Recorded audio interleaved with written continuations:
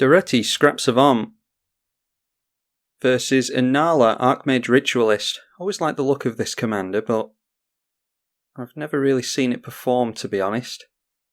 Yeah, Faithless Looting's good on turn 1, so we will keep hold of that. We are on the play, so let's go for the Faithless Looting. Draw 2, discard 2. Well, we just have to get rid of the artifacts there, really, don't we? This is an artifact reanimator deck, after all. Daretti, Savant is 4 mana for a Planeswalker. Comes down with 3 loyalty. The +2 is discard up to 2 cards and draw that many. -2, you have to sack an artifact to reanimate one. And then -10 gives you an emblem. Whenever one of your artifact dies, you bring it back into play at the beginning of the next end step. Let's just go for our Thought Vessel and throw it straight over to our opponent. Inalla, Archmage Ritualist, is 5 mana in Grixis for a 4/5. You can tap 5 untapped wizards you control to have a player lose 7 life. And it has Eminence whenever another non-token wizard enters the battlefield under your control. If it's in the command zone or on the battlefield, your commander, then you can pay a generic. If you do, create a token that's a copy of the wizard that entered. The token gains haste and is exiled at the end step. Well, Scrap Mastery is good if we can keep loading up our graveyard. Do they have counter magic held up is the question. I say we just go for Faithless Looting here. It's not the end of the world if they counter that. Alright, well, if we're just going to keep loading up our graveyard with artifacts, why don't we go for... yeah, the 2 artifacts there. Darksteel Citadel is an artifact land. So we'll just pass over like that. Scrap Mastery is a living death for artifacts. Everyone sacks their artifacts and then reanimates the artifacts that were in the graveyard beforehand. Alright, another tap land, and they're still holding up the blue, so I think it's time that we get down, or try to get down, our Daretti. And we can replay Daretti next turn, even if they counter it, because we have another land to play. So we need to get the counter magic out of their hand if they have any. Comes down, so let's discard a couple of cards. Yeah, we'll get rid of Cathartic Reunion and the Mere Retriever. Because, well, I was going to say, there's no guarantee that we would have gotten into more lands there had we have discarded the Sequester's Stash. But we go and get into a couple of lands anyway, so let's just pass the turn there. Perhaps should have held on to the Cathartic Reunion. But I would have wished I'd discarded the Cathartic Reunion had we not have drawn into any lands, so it's just one of those things. Down comes a Merchant of Secrets, and they are going to be able to get another copy of that, and it will have haste. So they draw a couple of cards with this, and that is going to be 1 damage on 2 Daretti. Not all that worried about that. Another mountain. Alright, well, we're not really doing a whole heap of anything here, are we? Let's discard a couple of mountains, because the likelihood of us drawing into more mountains is quite high. We've got Temple of the False God to play this turn anyway. Yeah, and then we might as well just go for the Scrap Mastery now, I think. We have to sacrifice our Thought Vessel, but we do get a Precursor Golem, a Gilded Lotus, and a Rings of Brighthearth into play. We'll get down the Servo Schematic. That's good sack fodder for us. And just hold up Starstorm. I doubt we're going to be casting Starstorm, but you never know. Our opponent has a Gilded Lotus of their own. We'll be intrigued to see if they are going to hold up a 3-mana counterspell there. The reason that I decided to pull Daretti out again is, one, because someone asked me to in one of the comment sections somewhere, but also because of this whole Paradox Engine talk. Paradox Engine is not banned in 1 vs 1. 1 vs 1 commander has a completely different ban list. Let's get down the mountain. That takes us into 5 mountains, so if we get into Valakut, we can start lightning bolting. Yeah, so we do have Paradox Engine in this deck, which we can do some broken stuff with, especially with something like a Gilded Lotus in play. Let's just swing in like that. And just deciding to chump the servo, that's fine. So we might be able, this game, to go for some Paradox Engine stuff, although at this rate, if our opponent doesn't wipe the board, then they are going to struggle to get rid of us. Okay, Peel from Reality, return a target creature you don't control to its owner's hand. And why didn't that copy? Whenever a player casts an instant or sorcery that targets only a single golem, that player copies it for each... Yeah, that should have copied onto the other golems as well. So we're not going to see if our opponent says anything there. No, they haven't noticed that themselves.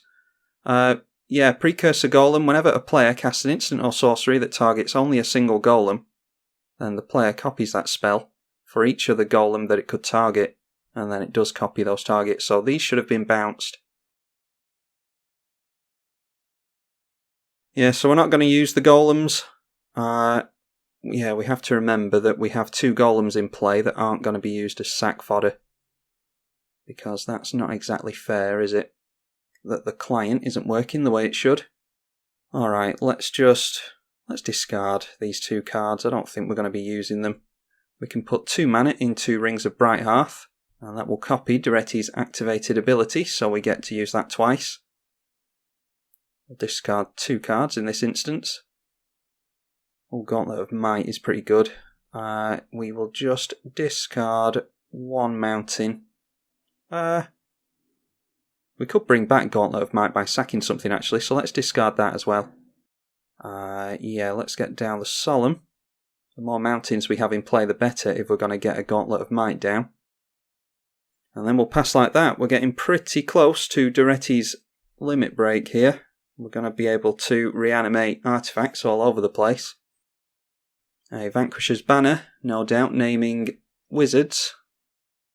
And then getting down Merchant of Secrets again.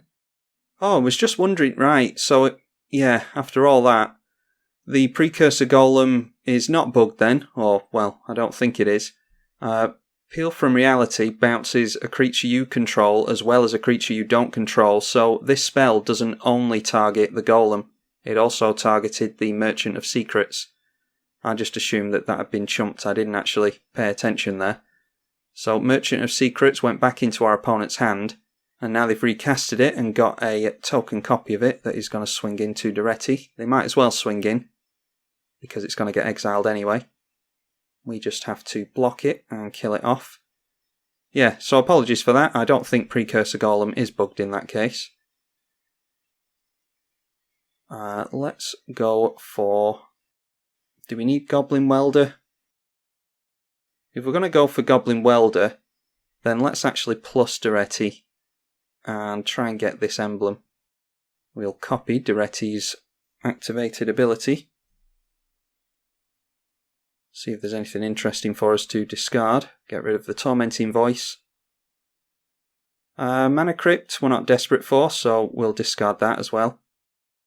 Alright, getting into a Kiki Jiki. Yeah, that's pretty good, so let's go for that as well. And we'll get down the Goblin Welder as well. And then I'm actually, instead of the Precursor Golem, I'm going to copy the Solemn Simulacrum instead. And we will copy this ability with the Rings of Brighthearth. Because with Kiki Jiki, the token is not exiled, it's sacrificed. And that means that we will get a death trigger off of Solemn Simulacrum. So that's 2 copies of Solemn Simulacrum off of the Kiki Jiki. Okay, that's the first one, gets us into a mountain. And then the second one will come down, and that too will get us into a mountain. And the tokens have haste as well, so what we could have done is gotten a couple of copies of the Goblin Welder into play. And then gone for the Gauntlet of Might, but I don't think we're struggling this game.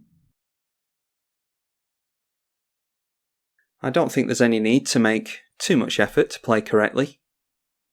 And this might be a win anyway. Nope, not quite. Take our opponent down to 9. Let's see if they can do anything here. We're going to draw a couple of cards when Kiki makes us sacrifice these Solemns. Or a Combustible Gear Hulk, that would be a good thing to copy with a Kiki Jiki. And a Coercive Portal starting to get into our card draw now. Mana Crypt comes down. They've got plenty of mana, but they They've just been doing a lot of setting up. I think we've been too fast for them here, really. A Rite of Replication now then. That's going on to the Solemn Simulacrum, so they're going to get even more mana.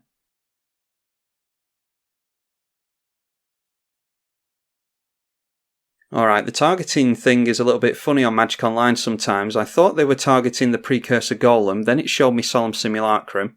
Then a load of tokens came into play.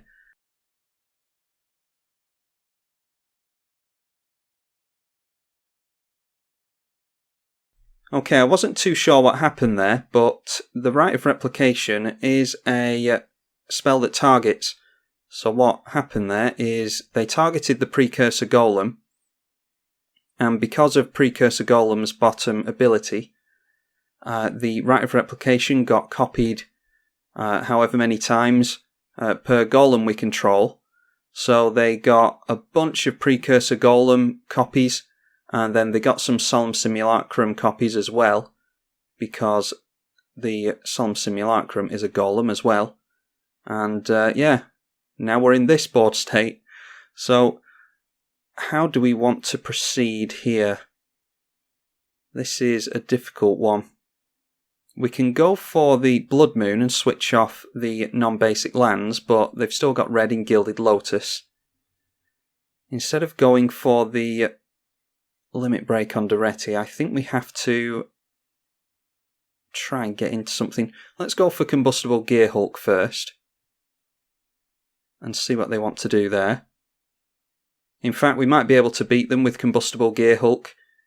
They either give us a bunch of card draw, or they mill us and have damage dealt to them, and we can get a copy of this with Kiki Jiki as well, twice. So we can try and get something going. Okay, they go for the card draw. Let's just sacrifice a Servo and get this Gauntlet of Might into play, just so that we've got a load of mana. We don't need to copy that ability with Rings of Brighthearth. Really searching for an answer here because our opponent's going wide on us next turn. This is the comeback of the century. I thought we had this game in the bag, and I thought it had been a really one-sided game actually, which it had up until this point. Yeah, I was actually contemplating whether I was going to upload this game or not, because it had been so one-sided, but I think I definitely am now. Alright, we'll go for Kiki Jiki onto the Combustible Gearhulk, and this time we will pay for the Rings of Brighthearth. Same target for another Combustible Gearhulk. We're really trying to get our card draw going here. They are not going to want us to be milled, I wouldn't have thought. Yeah, they give us 3 more cards that are not so useful to us. So we're still going to keep digging. Alright, I don't think there's anything there actually. And I don't think we can chump enough creatures. Yeah, unfortunately got rid of the Starstorm earlier on. What can we do? I mean, we can try and play out some blockers. Reanimating with Daretti isn't going to do anything for us. Let's just plus with Daretti. And again, we'll copy that. Really searching hard for an answer here. We'll get rid of the Fire Diamond and the Mountain. Okay, I'll hammer its Archive. We could have done with earlier on, because that means that Daretti says discard 2, draw 4. We've already played a land, so let's get rid of a couple of mountains. We played the Misra's Workshop. Metal Worker doesn't help us either. Yeah, I don't think there's anything we can do here. Let's go for Mirrorworks, and the artifact creatures we can at least get multiple copies of. We're going to have 10 mana after this. We can go for the Burnished Heart and the Scrap Trawler, but I think our opponent might have it here.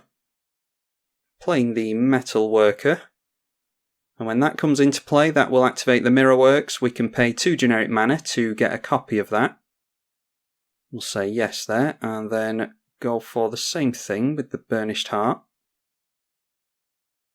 And we just have to keep our fingers crossed that we have enough blockers there, and I actually don't think we do.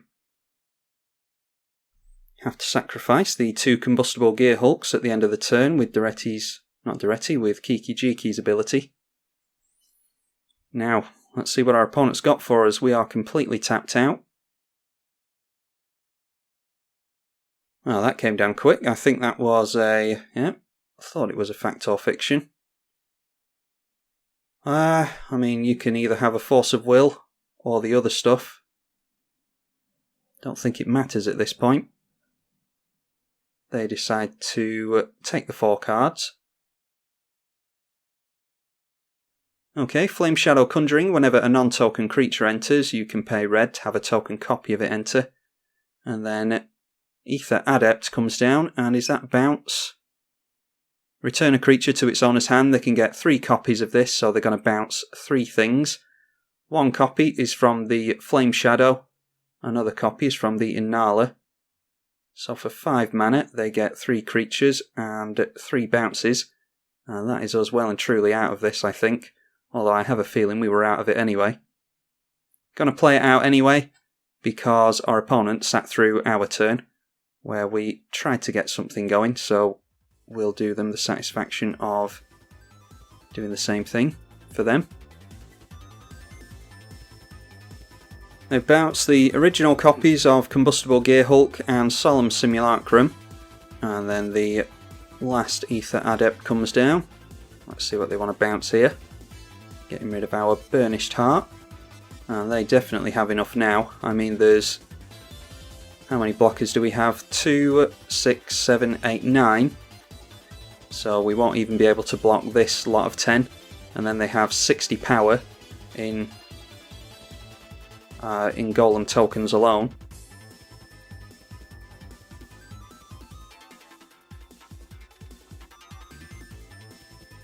And swinging in with everything.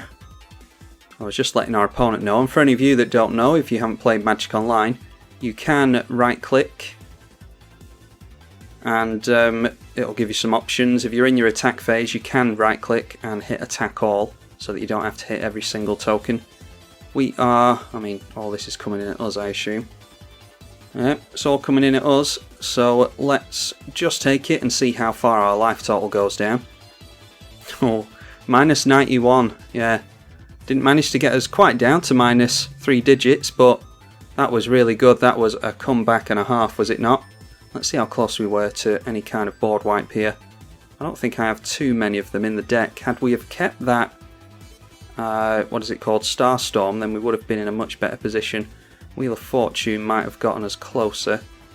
Yeah, there's an Evanrail's Disc that we were miles and miles and miles away from. And then a little bit further along was the Mindslaver. That might have helped us out, but yeah, I think that was a really good play by our opponent, going for the Rite of Replication onto the Golem. I don't know what they targeted first, if it was the Precursor Golem or the Solemn Simulacrum, but either way they targeted a Golem and therefore it got copied roughly 100 billion times, and yeah, got them the win. So good for our opponent. Hopefully you all enjoyed that one. That was a unique game, wasn't it? I'm tribalkai on the EDH channel. Thank you for watching.